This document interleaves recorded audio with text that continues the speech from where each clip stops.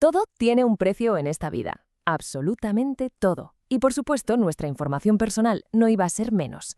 Hoy vamos a adentrarnos en una realidad que opera constantemente a nuestro alrededor, aunque no la veamos a simple vista.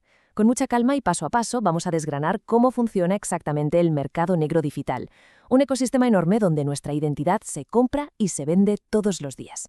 Así que empecemos este análisis porque entender cómo funciona este mundo por dentro es, sin duda, el primer paso para aprender a protegernos. La hoja de ruta de hoy es muy clara. 1. El mercado negro digital. 2. El valor de nuestros datos. 3. Prevención y herramientas básicas. 4. Los pasos a seguir tras un robo. Y 5. El impacto humano real. Vamos con el primer punto, el mercado negro digital. Solemos tener esta imagen de película donde el robo de datos es un caos perpetrado por alguien solitario en un sótano oscuro. Pero la realidad es muy distinta. Es una industria súper organizada, muy sofisticada y con una capacidad de recuperación frente a la ley que asusta. Para entender a dónde va a parar la información cuando hay un ciberataque, tenemos que ir a los orígenes. Fijaos, nos remontamos a octubre de 2013. El FBI arresta a Ross Ulbricht en una biblioteca de San Francisco y cierra de golpe Silk Road, que era el mayor mercado negro de la historia hasta ese momento. Había movido casi 1.200 millones de dólares. Parecía una victoria total, el fin del problema. Pero, ¿qué pasó en realidad? Pues que apenas una semana después ya habían aparecido 3 sitios nuevos para reemplazarlo. En un mes había docenas. El mercado simplemente encajó el golpe y evolucionó para hacerse mucho más fuerte y descentralizado. Hoy en día, Europol calcula que estos mercados mueven más de 1.700 millones de dólares al año en criptomonedas. Vamos, que aquel experimento de Silk Road demostró que Internet podía sostener una economía criminal indestructible. Y claro, para que toda esta economía paralela funcione, necesita una infraestructura que garantice el anonimato absoluto. Aquí es donde entra en juego la red Tor. Es un software gratuito, facilísimo de instalar, que básicamente enruta el tráfico de Internet a través de miles de nodos voluntarios por todo el mundo, cifrando la información en cada salto. Lo más alucinante de todo esto es que, una vez dentro, estos mercados ilegales funcionan exactamente igual que cualquier tienda online moderna en la que compramos a diario. Tienen sus carritos de compra, servicio de atención al cliente, foros con reseñas de usuarios, políticas de devolución e incluso sistemas de retención de pagos para que nadie estafe a nadie. Literalmente, la única barrera entre la Internet que usamos todos y este mundo paralelo es saber cómo entrar y pagar con criptomonedas. Así de simple. Pasamos al segundo bloque, el valor de nuestros datos. Una vez que entendemos el dónde y el cómo, la pregunta lógica es el qué. Vamos a hojear el catálogo de estos mercados para entender el valor real de nuestra información. Porque hoy en día el producto estrella ya no son las sustancias prohibidas o el armamento, es nuestra información más íntima. Y como en cualquier mercado libre, el precio lo marcan la oferta, la demanda y lo útil que sea el producto. Fijaos en las diferencias porque son brutales. Un número de tarjeta de crédito se vende por unos ridículos 5 a 20 dólares, nada. Sin embargo, un historial médico completo puede llegar a los 1.000 dólares. Si saltamos al mundo de las empresas, un acceso de administrador cuesta entre 1.000 y 15.000 dólares. Y ya en las grandes ligas, un zero day, es decir, una vulnerabilidad de software que aún no se conoce, puede superar los 2,5 millones de dólares, comprada normalmente por estados o grupos con muchísima financiación. Pero detengámonos un segundo en esa diferencia abismal entre nuestras tarjetas y nuestros datos de salud. La clave de por qué un historial médico vale hasta 50 veces más que una tarjeta de crédito está en una sola palabra: caducidad. Los datos financieros son perecederos. Si alguien nos roba la tarjeta, el banco detecta algo raro, la cancela en cuestión de horas y se acabó el problema. Su vida útil es cortísima. Pero un historial médico es para siempre. No caduca jamás. Nadie puede cambiar su grupo sanguíneo, las enfermedades crónicas que padece o sus antecedentes genéticos. Y esa permanencia es lo que permite a los ciberdelincuentes cometer fraudes a largo plazo, o lo que es muchísimo peor, recurrir a la extorsión, amenazando con revelar diagnósticos confidenciales a la familia o al trabajo. El daño que pueden hacer es devastador. Punto número 3. Prevención y herramientas básicas.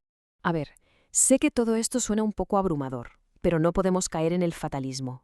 Conocer cómo funciona todo esto es precisamente lo que nos da ventaja. Para protegernos, primero hay que entender el viaje que hace un dato robado, porque eso explica por qué a veces pasan meses desde que nos roban la información hasta que vemos el fraude en la cuenta. Todo arranca con el robo inicial.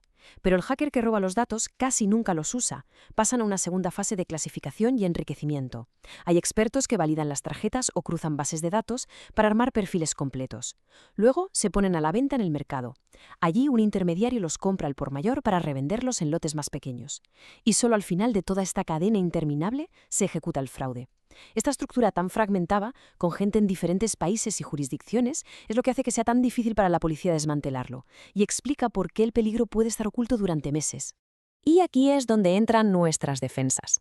12.000 millones. Suena locura, pero esa es la cantidad de registros comprometidos que hay documentados en una herramienta gratuita maravillosa que se llama Have I Been Pwned, creada por el investigador Troy Hunt. Básicamente nos permite comprobar si nuestro correo o número de teléfono ha aparecido en alguna filtración de datos. Es una herramienta súper útil, por supuesto. Pero ojo, hay que entender un matiz crucial. Esta base de datos inmensa solo nos muestra las filtraciones que ya son públicas.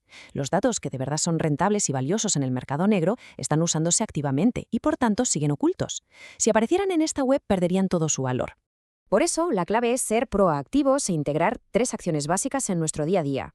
Primero, revisar de vez en cuando la herramienta que os acabo de mencionar y, si vemos que aparecemos en alguna brecha, cambiar inmediatamente esa contraseña y cualquier otra cuenta donde hayamos reciclado esa misma clave. Segundo, activar las alertas de crédito con nuestro banco o vigilar los ficheros de morosidad para enterarnos si alguien intenta pedir un préstamo a nuestro nombre. Y tercero, y esto es algo en lo que casi nadie piensa, vigilar nuestro historial médico. Si alguna vez nuestra clínica o nuestro hospital nos avisa de que han sufrido un ciberataque, hay que sentarse con nuestro médico para revisar el expediente y asegurarnos de que nadie haya metido diagnósticos falsos o tratamientos que no son nuestros. Llegamos al punto 4. Pasos a seguir tras un robo. Bueno, por muchas precauciones que tomemos, el riesgo cero simplemente no existe. Si ocurre lo peor y nos roban la identidad, lo más importante es mantener la calma y seguir un protocolo muy claro. Ante la menor sospecha, el primer paso, el innegociable, es llamar al banco de inmediato para bloquear cuentas, tarjetas y frenar cualquier solicitud de crédito. El segundo paso es ir físicamente a poner una denuncia oficial a la policía. Este papel va a ser nuestro salvavidas legal absoluto si nos reclaman deudas que no son nuestras. Y el tercer paso, que mucha gente olvida, es avisar a nuestro trabajo, al Departamento de Recursos Humanos. Esto es vital, sobre todo si los estafadores están usando nóminas falsificadas o certificados de empresa para cometer fraudes en nuestro nombre. Actuar con este orden y con calma limita muchísimo los daños.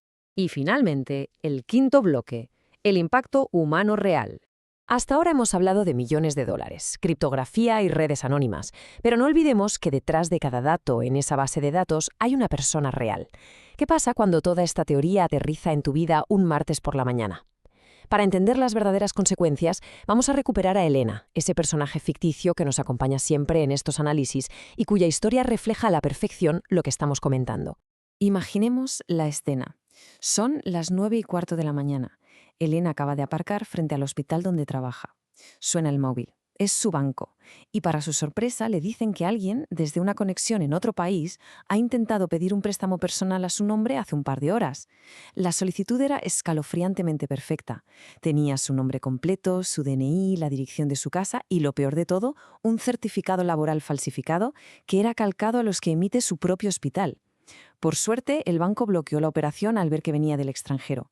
Pero en ese instante, en el coche, Elena se da cuenta de que un incidente de seguridad que tuvo su hospital hace meses y que parecía un simple problema informático aburrido, acaba de entrar de lleno en su vida personal.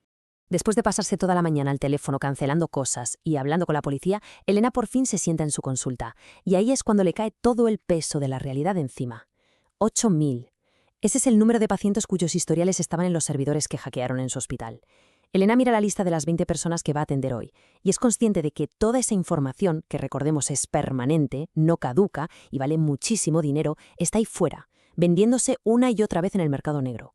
Lo que para un ciberdelincuente es un simple archivo muy lucrativo, para esas 8.000 personas son consecuencias silenciosas que tarde o temprano van a estallar. Creo que esta situación resume perfectamente el corazón de nuestro análisis de hoy. Como señalan los expertos, la gran pregunta ya no es si nuestros datos han sido filtrados alguna vez. La verdadera pregunta es en cuántas filtraciones estamos y todavía no lo sabemos. Vivimos en un entorno digital donde siempre vamos a tener cierta exposición. Es inevitable. Pero si conocemos las herramientas de prevención, si sabemos cómo reaccionar con calma y, sobre todo, si entendemos cómo funciona este mercado invisible, podemos recuperar el control y minimizar muchísimo el impacto. Ha sido un verdadero placer guiar este recorrido. Mantengámonos seguros, siempre vigilantes y sobre todo informados. Nos vemos en el próximo análisis.